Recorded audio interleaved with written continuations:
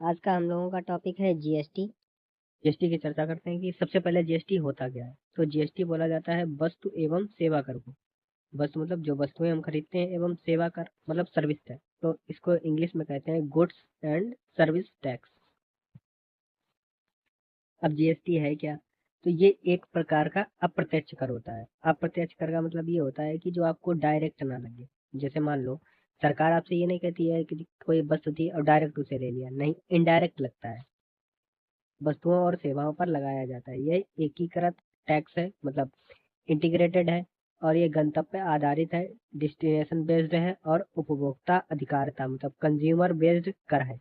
मैं इन सभी चीज़ों का मतलब आपको समझाता हूँ। पहली बात, जीएसटी आपसे डायरेक्ट नहीं लिया जाता है, इनडायरेक्ट लिया जाता है। जैसे आपने 5 रुपए का पार्ले-जी बिस्कुट खरीदा, ठीक। अब दुकानदार आपसे ये नहीं कहेगा कि 5 रुपए का बिस्कुट है प्लस 1 रुपया जीएसटी दे दो, नहीं, उसमें इंक्लूडेड है।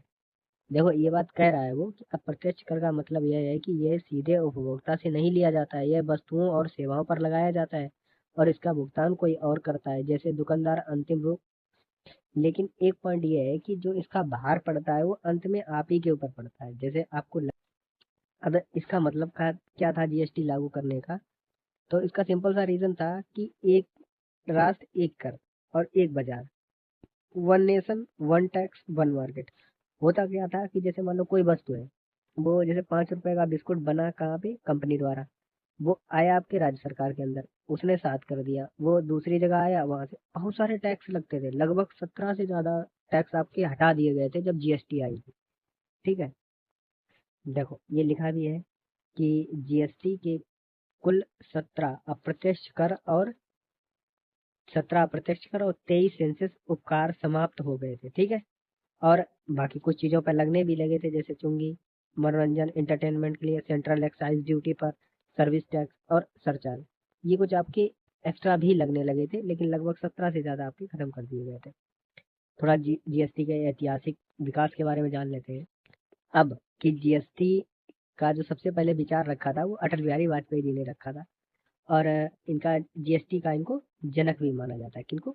अटल बिहारी वाजपेयी जी को। उस टाइम पे आपके जो वित्त मंत्री थे असीम दास गुप्ता, इन्होंने ड्राफ्ट तैयार किया था जीएसटी का पहला। तो आपसे पूछा जाता है कि जीएसटी का पहला जो ड्राफ्ट था वो किसने तैयार किया था। कंफ्यूज नहीं होना। आपसे ये भी पूछा जाता है कि जीएसटी किस समिति के सिफारिश पे लागू हुई थी। तो वो विजय केलकर समिति थी। ठीक है। सिफारिश विजय केलकर ने ही पहली बार की थी, बट जो इसका ड्राफ्ट बनाया था वो असीम दास गुप्ता ने बनाया था। ठीक है। कुछ इसके इतिहास के बारे में जान लेते हैं। जैसे 2000 में अटल बिहारी वाजपेयी जी ने कहा, इसलिए इनको जनक कहा जाता है। 2003-4 में विजय केलकर समिति का गठन हुआ था। और 2006 में एक बार ऐसा हुआ था कि जीएसटी को लागू बोल दिया था। देखिए, तत्कालिक वित्त मंत्री पी चिदम्बरम ने बजट में घोषणा की कि 1 अप्रैल 2010 से जीएसटी लागू किया जाए, लेकिन ये हो नहीं पाया था। 2011 में फिर इसके प्रयास किए गए कि कांग्रेस सरकार ने लोकसभा में 115वां संविधान संशोधन बिल पेश किया, लेकिन विपक्ष ने इसका विरोध करके इसको खत्म कर दिया। समझ रहे हो? पहले विपक्ष चाह रहा था कि जीएसटी लागू ना हो और बाद में उसने ही किया। तो जीएसटी की अवधारणा सर्वप्रथम भारतीय संसद में 2005 में पी चिदम्बरम द्वारा पेश करी गई थी। बात देख लेते हैं कैसे क्या। देखो, आपको पता होगा कि जितने भी बिल पारित किए जाते हैं तो सबसे पहले वो होता है बिल, और जब उस पर राष्ट्रपति हस्ताक्षर करते हैं तब बनता है एक्ट। ठीक है। तो दो चीजें आपसे पूछी जाती हैं कि जीएसटी का कौन सा बिल था। तो 122वां संविधान संशोधन विधेयक का कब पेश किया गया था? 2014 में। ये इंपॉर्टेंट है, कर लो याद। कौन सा बिल था आपका? 122वां। लेकिन ये पूछा जाता है कौन सा संविधान संशोधन था, तो कौन सा था? 101। आपको पता होगा आर्टिकल नंबर 368 के तहत हम लोग संविधान संशोधन जब पढ़ते हैं तो उसमें एक पॉइंट होता है, पहले राज्यसभा से पारित हो, फिर लोकसभा से पारित होगा, फिर इसके बाद में राष्ट्रपति। जब तक राष्ट्रपति किसी पे हस्ताक्षर नहीं करते हैं ना, तो वो बिल नहीं बन पा मतलब वो बिल एक्ट नहीं बन पाता है। बिल है कौन सा? 122वां। और संविधान संशोधन कौन सा है? 101वां। 90% आपके चांसेस हैं कि आपसे 101 में संविधान संशोधन ही पूछा जाता है, लेकिन थोड़ा जटिल प्रश्न बनता है तो 122वां भी पूछ लेता है। संविधान संशोधन एक्ट। ठीक। राष्ट्रपति ने हस्ताक्षर के बाद ये 101वां संविधान संशोधन बिल बना। कब बन गया था? 2016 में। लेकिन लागू कब हुआ था? 1 जुलाई 2017 को। अब इसके हम लोग कुछ आर्टिकल रिवाइज कर लेते हैं जिन आर्टिकल में दिया गया है। 246 ए, आपको पता होगा, भाग नंबर 12 जो है उसमें वित्त के बारे में ही दिया गया है, वही है 246। ठीक है। 263 से 200-300 का कहा। तो संविधान अनुच्छेद 246 का ए, संसद मतलब जिसको केंद्र बोलते हैं और राज्य विधानसभाओं को जीएसटी से संबंधित कानून बनाने का अधिकार देता है। संसद को सीजीएसटी, आईजीएसटी, अभी हम लोग डिस्कस करेंगे जीएसटी कितने प्रकार की होती है, ठीक है, लगाने का अधिकार होता है। किसको अधिकार दिया गया है? सीजीएसटी और आईजीएसटी केंद्र सरकार को। किस आर्टिकल के तहत? आर्टिकल 246 के तहत। आर्टिकल 246 कहता है कि यदि केंद्र सीजीएसटी और आईजीएसटी दोनों लगाता है, सी को सेंट्रल बोलते हैं, आई को इंटीग्रेटेड बोलते हैं, अभी हम लोग डिस्कस करेंगे इस चीज को।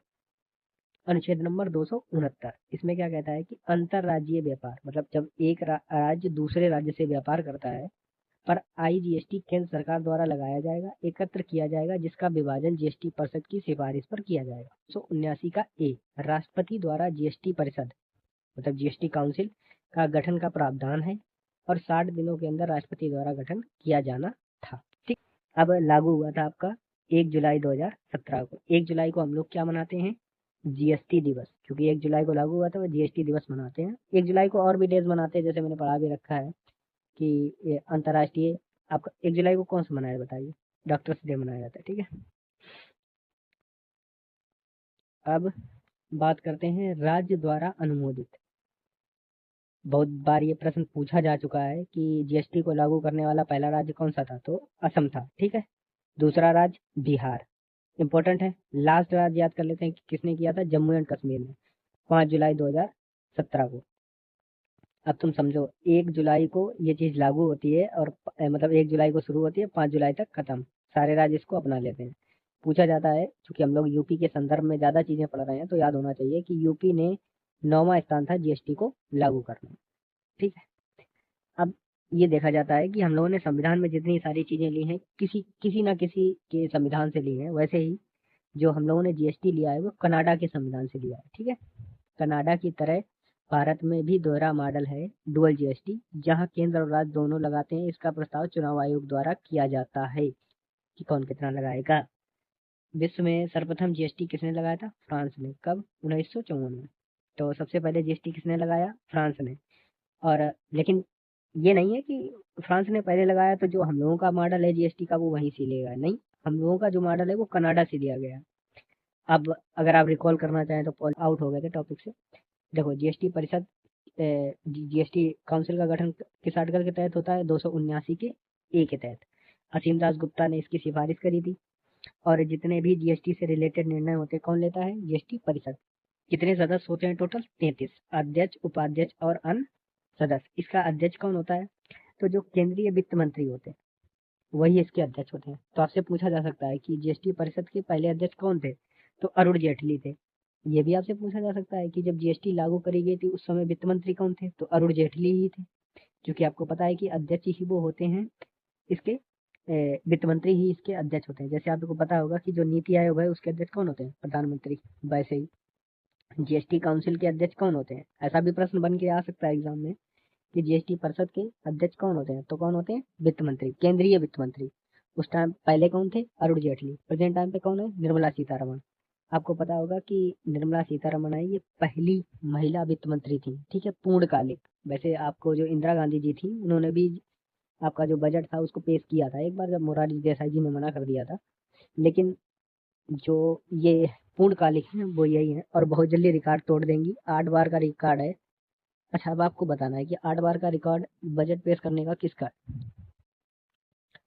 इसके जो 22 चेयरमैन है वो राज्यों के मंत्री होते हैं और इसके मेंबर जैसे केंद्रीय वित्त मंत्री, राज्य मंत्री, 28 जो अपने राज्य होते हैं और किन 3 जो केंद्र शासित प्रदेश लिए जाते हैं, दिल्ली, पुदुचेरी और जम्मू एंड कश्मीर। जो सदस्यों की नियुक्ति करी जाती है किसके द्वारा? राष्ट्रपति के द्वारा, ठीक है। पहली बैठक कब हुई थी? सितंबर 2016 को। कहाँ पे हुई थी? नई दिल्ली में। अध्यक्ष कौन थे? ऑब्वियस सी बात है, अरुण जेटली ही होंगे, ठीक है।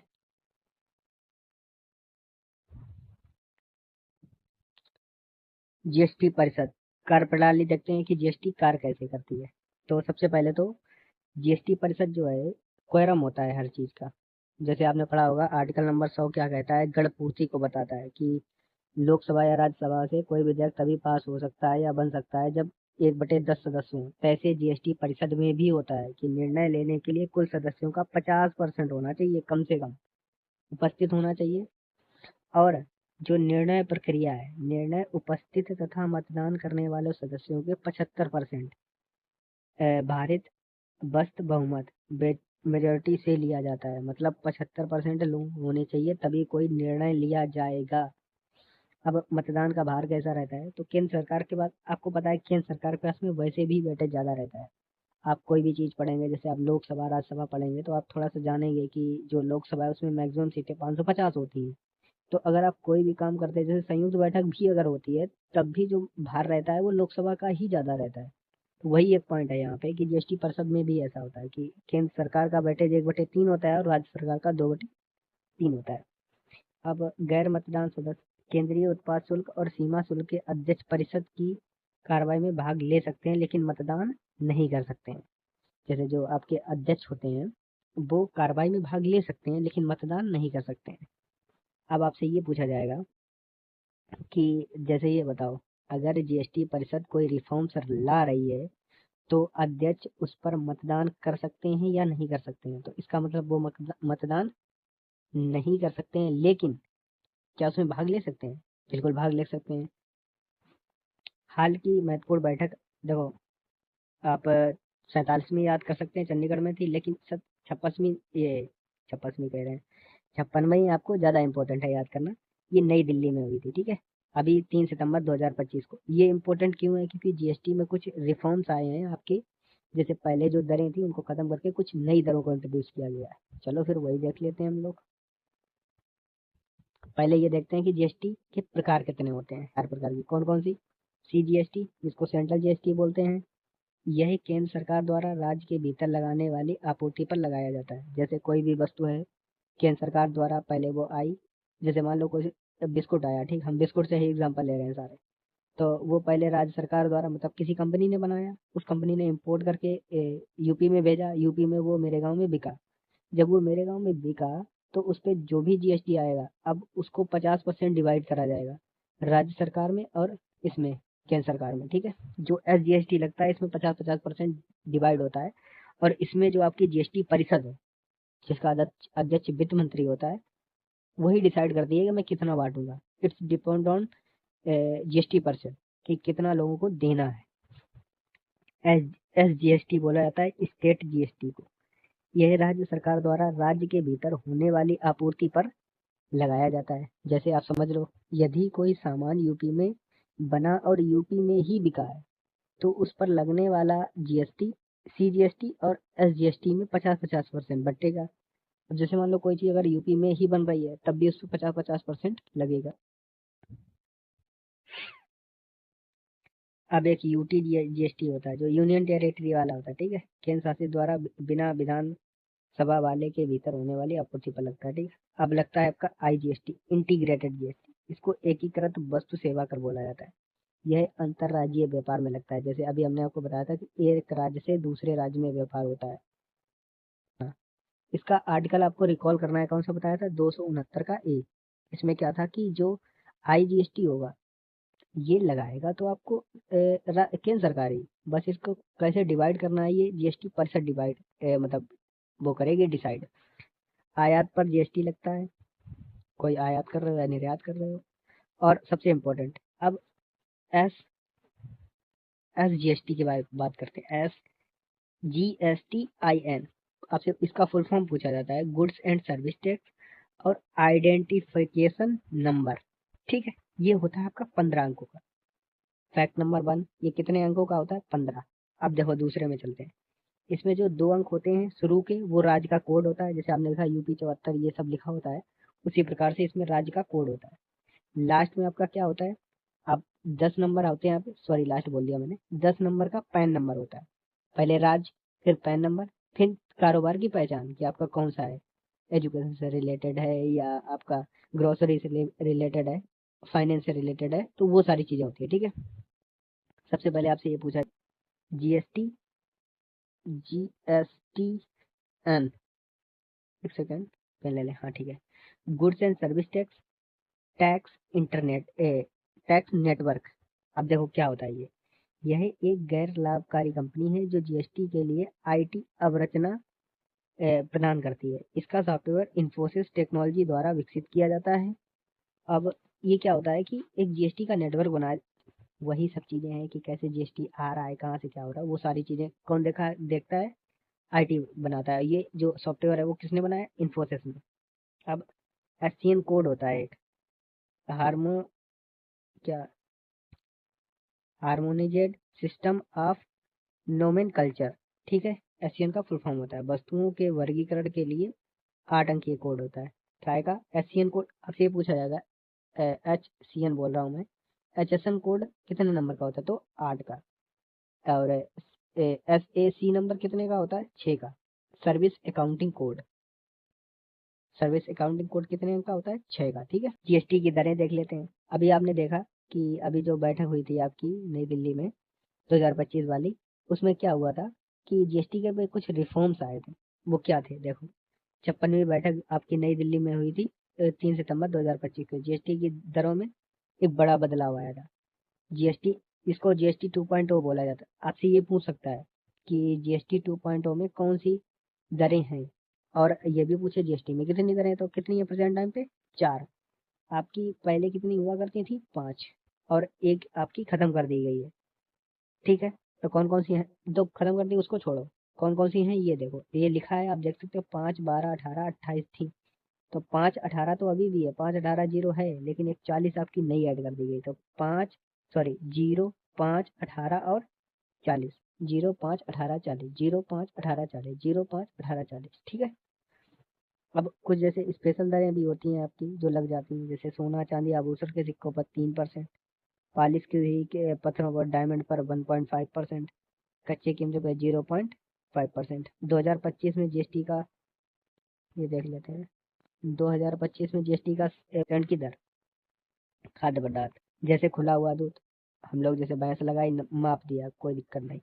दही, पनीर, ताजी सब्जियां, ताजे फल, शहद, बिना ब्रांडेड के अनाज, ब्रेड जो सुबह सुबह खाते हो, नमक, बतासा, मिश्री, ठीक है। ये सारी चीजें कैसी? इनमें कोई भी कर अभी नहीं लग रहा है। पूजा सामग्री कोई कर नहीं, स्टेशनरी सामान कोई कर नहीं, स्वास्थ्य के लिए जैसे जीवन रक्षक दवाइयाँ, व्यक्तिगत स्वास्थ्य और जीवन बीमा, इन पे कोई भी टैक्स नहीं है। जैसे अन्य चीजें, माचिस, तुम तो बिना माचिस के आग ही लगाई दे दो यार, तुम्हें क्या जरूरत। पीतल तांबे के बर्तन और नारियल, कुल मिला के जो भी नेचुरल चीजें हैं, विदाउट एड एनीथिंग, उनमें कुछ भी जीएसटी नहीं है। लेकिन अगर तुम कुछ कुछ बना रहे हो, जैसे दूध था, ठीक है, अब तुमने उससे घी घी निकाल के बेचने लगे, मक्खन बेच रहे हो, तेल बेच रहे हो, उस पनीर को पैक करके बेच रहे हो, तो ये सारी चीजें किस में आ गई? अब इन पे जीएसटी लगेगा कितना? 5%, ठीक है। जैसे एसी, वॉशिंग मशीन, जो कि आप नौकरी के बाद सब कुछ खरीद लोगे, तो वो सारी चीज किसमें आएंगी? 18% में। अब ऑटोमोबाइल, जैसे 350 सीसी से नीचे की मोटरसाइकिल ले रहे हो, 1200 सीसी तक की पेट्रोल की गाड़ी ले रहे हो, 1500 सीसी तक की डीजल की गाड़ी ले रहे हो, इनमें आपकी केवल 18% पड़ेगी। यही चीजें अगर सीसी थोड़ी सी तुमने सीसी बढ़ा दी, तो फिर ये चली जाएगी 40% के स्लैब में। कोयला, एलपीजी, सीएनजी कारें, 3 पहिया वाहन, ये सारों पे आपकी लगती है 18%, ठीक है। आप देखते हैं 40%। चिन गुड्स, तंबाकू उत्पाद, पान मसाला, सिगरेट, इन पे 40%।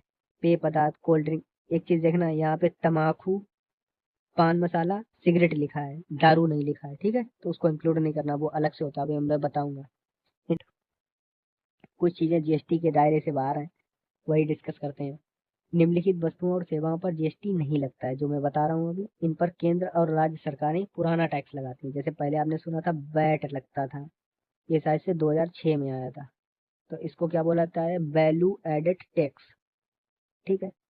अब जैसे मानव उपभोग के लिए शराब कितना ग्लोरीफाई किया जाता है, एल्कोहल फॉर ह्यूमन कंजप्शन, समझ रहे हो। राज्य उत्पाद कर, स्टेट एक्साइज ड्यूटी लगता है, और इस पे वैट लगता है, जिसको वैल्यू एडेड टैक्स बोलते हैं। कारण क्या है इसका? कि यह राज्यों के लिए राजस्व का एक बड़ा स्रोत है। आपको पता है कि अगर दारू बंद हो गई तो राज्य बंद हो जाएगा, ये राज्य सरकारों का कहना है। जैसा कि आपको पता है बिहार में दारू बंद हो चुकी है, लेकिन क्या बिहार बंद हो गया? नहीं बंद हुआ ना, दारू भी वहां बंद नहीं हुई है। पेट्रोल उत्पादन, पेट्रोल, डीजल, कच्चा तेल, प्राकृतिक गैसें, विमान ईंधन, ठीक है। केंद्र सरकार केंद्रीय उत्पाद शुल्क, जिसको सेंट्रल एक्साइज ड्यूटी बोलते हैं, और राज्य सरकार वैट लगाती है। बिजली, जैसे इस पर बिजली शुल्क, जो इलेक्ट्रिसिटी हम लोग वो करते हो, रियल एस्टेट के जितने काम हुए कि खरीदारी, किसी ने ये बेच दिया वो बेच, जीएसटी से जुड़े कुछ अन्य महत्वपूर्ण तथ्य देखते हैं। जैसे जीएसटी का मुख्यालय कहाँ पे है? नई दिल्ली में। ब्रांड एम्बेसडर कौन थे इसके? अमिताभ बच्चन। आपसे पूछा जाता है जीएसटी संग्रहालय, ये रिसेंट का क्वेश्चन है, आपको याद होना चाहिए। जीएसटी संग्रहालय का कहाँ पे बना है? गोवा में। इसका इनोग्रेशन किसने किया था? निर्मला सीतारमण ने। पहले आपके वित्त मंत्री कौन थे जब जीएसटी लागू हुई थी? तो अरुण जेटली थे। पहले अध्यक्ष भी जीएसटी काउंसिल के यही थे। जीएसटी काउंसिल में 33 सदस्य होते हैं। ऐसे आपको रिवाइज करना है, ठीक है। आधिकारिक पोर्टल कौन सा है? www.gst.gov.in। इन इंडिया बोला जाता है, ये गवर्नमेंट की वेबसाइट है, ये जीएसटी लिखा है। ये सब चीजें आपको पता होनी चाहिए। जीएसटी ने प्रतिस्थापित किया है किसको? मतलब जीएसटी आने से कौन कौन सी चीजें हट गई? तो वैल्यू एडेड टैक्स आपका हट गया है, जो भारत में 1 अप्रैल 2005 को, सॉरी मैंने 2006 ऊपर बता दिया था, 2005 है, ठीक है। वैल्यू एडेड टैक्स कब शुरू हुआ? 2005 में। इतना इंपॉर्टेंट नहीं है।